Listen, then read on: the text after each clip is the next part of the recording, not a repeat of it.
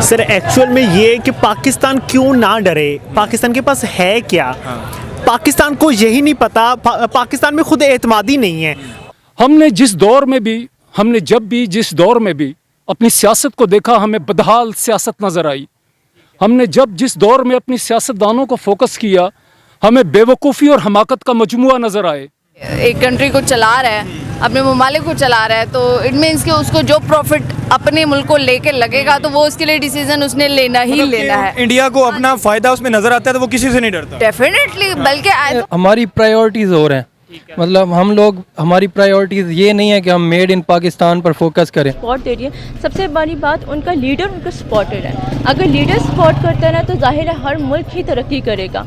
बहुत अच्छा काम कर रही है, इस बात पे तो एग्री करते हैं। उनकी यूथ आवाम भी साथ दे रही है और लीडर भी साथ दे रहे हैं, तो और इससे अच्छी बात क्या हो सकती है। जय हिंद दोस्तों, अमेरिकी विमान निर्माता कंपनी बोइंग बहुत ही जल्द भारत में अपना असेंबलिंग प्लांट लगाने वाली है और ये भारत के लिए एक बहुत ही अच्छी बात होगी, क्योंकि बोइंग कंपनी भारत में अपने पैसेंजर एयरक्राफ्ट को असेंबल करके दूसरे देशों में एक्सपोर्ट करेगी और इससे भारत के जो एक्सपोर्ट हैं उन पर वजन पड़ेगा और टोटली भारत को फायदा होगा।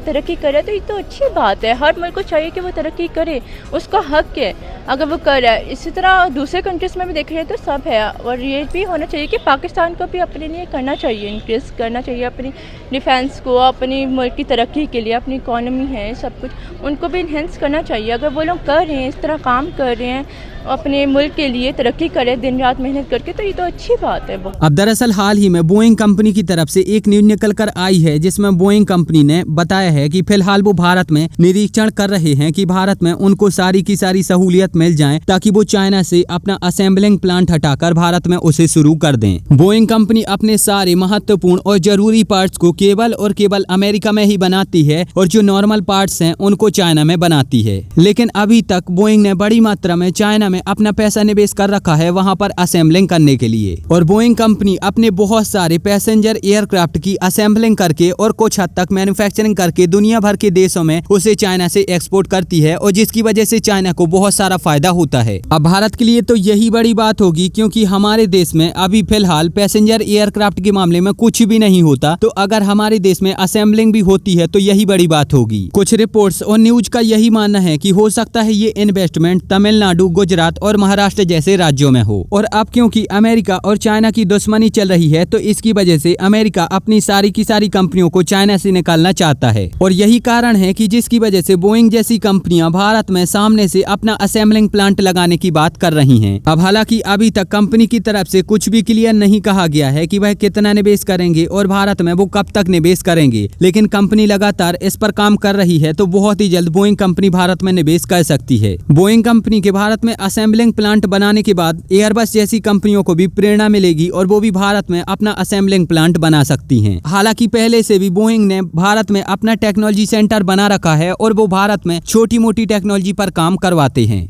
कि जो इंडिया के जो काम हो रहे हैं, गवर्नमेंट उनका साथ दे रही है, उनको सपोर्ट दे रही है। सबसे बड़ी बात उनका लीडर उनका सपोर्टर है। अगर लीडर सपोर्ट करता है ना तो जाहिर है हर मुल्क ही तरक्की करेगा। बहुत अच्छा काम कर रही है, इस बात पे तो एग्री करते हैं। उनकी यूथ आवाम भी साथ दे रही है और लीडर भी साथ दे रहे हैं, तो और इससे अच्छी बात क्या हो सकती है। इसमें तो इंडिया बाकी अब देखा जाए तो बहुत हाई रैंक पे भी जा रहे हैं। बहुत अच्छे उनके एडवांसेस आ गए हैं, अच्छे उन्होंने टेक्नोलॉजीज बना ली हैं, लेकिन ये पाकिस्तान में भी होना चाहिए। मेरे जो है ना कि पाकिस्तान में ऐसी चीज़ें नहीं हैं, होनी चाहिए मेरे हिसाब से। जैसे इंडिया तरक्की कर रहा है दिन ब दिन रात मेहनत करता है, वो अपने मुल्क के लिए, अपने डिफेंस के लिए कुछ ना कुछ कर ही रहा है। ऐसा अच्छी बात है। सर मेरे ख्याल में हमारी प्रायोरिटीज़ और हैं। मतलब हमारी प्रायोरिटीज़ ये नहीं है कि हम मेड इन पाकिस्तान पर फोकस करें। जैसे कि आप इंडिया की अभी बात कर रहे थे, तो इंडिया ने मतलब मेड इन इंडिया को बहुत प्रमोट किया। उन्होंने नेशनल लेवल पर उसे प्रमोट किया, उनके गवर्नमेंट से लेकर उनके जो आर्मी ऑफिशियल्स हैं उन्होंने उस चीज़ को प्रमोट किया। उन्होंने जितना इक्विपमेंट वो लेते थे, रशिया से लेते थे, इस तरह हेलीकॉप्टर वगैरह सब कुछ वो ले रहे थे। उन्होंने उनका हेलीकॉप्टर है जो मतलब फाइटर जेट है, वो उन्होंने बनाया, हमने भी बनाया, लेकिन उनका हमने कौन सा बनाया? हमने JF-17 थंडर बनाया हमने वो भी, लेकिन हमने खुद, आपको लगता है टोटली खुद बनाया कि या चाइना की कोलैबोरेशन के साथ? उसमें ज़्यादातर चाइना की कोलैबोरेशन है, हमारी कम है। लेकिन हमें इस चीज़ को नेशनल लेवल पर एक कैंपेन चलानी चाहिए जो मेड इन पाकिस्तान हो। हमें मतलब इस चीज़ की तरफ जाना। अभी आप देखें इंडिया की जो एक्सपोर्ट थी रिसेंट ईयर में, वो आईटी की एक्सपोर्ट $150 बिलियन थी, इससे ज़्यादा थी, इससे ज़्यादा अब बढ़ गई होंगी। तो हम लोगों की जो आईटी के एक्सपोर्ट है वो तो मेरे ख्याल में बिल्कुल माकूल सी, उसके आगे कुछ भी नहीं है। हम इस चीज़ पर फोकस ही नहीं करते, हम मेड इन पाकिस्तान पर कोई फोकस ही नहीं करते।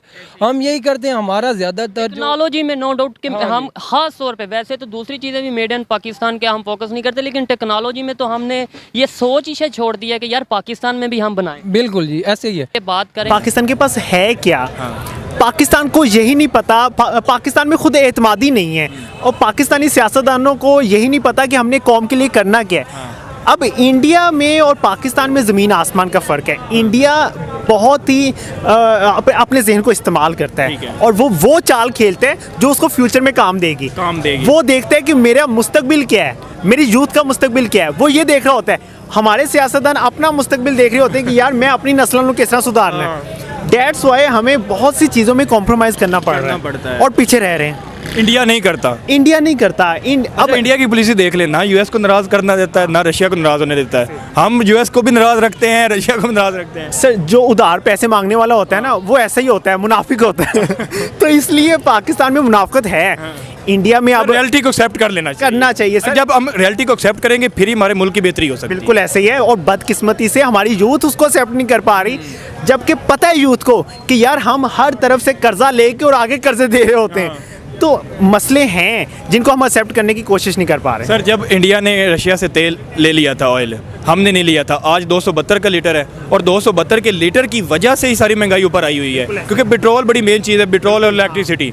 अगर तब हम यूएसए से ना डरे होते, यार हम खड़े नहीं हो सकते, हमारे कर्जे हम नहीं उतार सकते क्या? हम इतने कि हम यार अगर कल को हम सपोज करें सऊदी अरब हमारा जो साथ छोड़ जाए, अगर चाइना साथ, तो दुनिया की पहली इस्लामिक न्यूक्लियर पावर है, उसको खड़ा होने का हक नहीं है, मतलब खुददारी दिखाने को।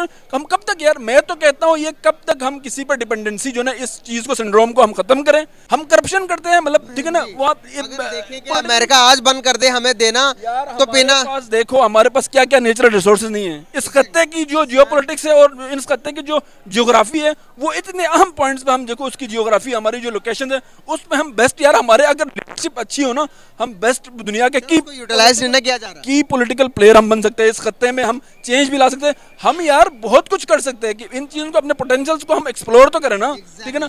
मैं समझता हूँ इस पर्सन बीइंग पैट्रियोटिक। और लास्ट क्वेश्चन, इंडिया इतना डेवलप हो गया, दुनिया मानती है, बनी हुई ना, हमने 48 में इंडिया के साथ जंग की, 71 में जंग की, 99 कारगिल वर्ड जहाँ से हमारा इलाका है, ठीक है ना, कारगिल में जो होता यार, ठीक है जंगी हुई, लेकिन एक चीज यार देखो ना, आप एक जिद पे ना अड़ो ना, आप रियलिस्टिक अप्रोच, ग्लोबल पॉलिटिक्स को आप रियलिस्टिक अप्रोच से। लेकिन अब बोइंग कंपनी के इस विचार पर आपकी क्या प्रतिक्रिया है, आप वो हमें नीचे कमेंट में जरूर बताइए। और अगर आपको ये वीडियो अच्छी लगी है तो प्लीज इस चैनल को सब्सक्राइब करके बेल आइकन जरूर दबा लीजिए। मिलेंगे एक नई वीडियो में, तब तक के लिए जय हिंद, वंदे मातरम।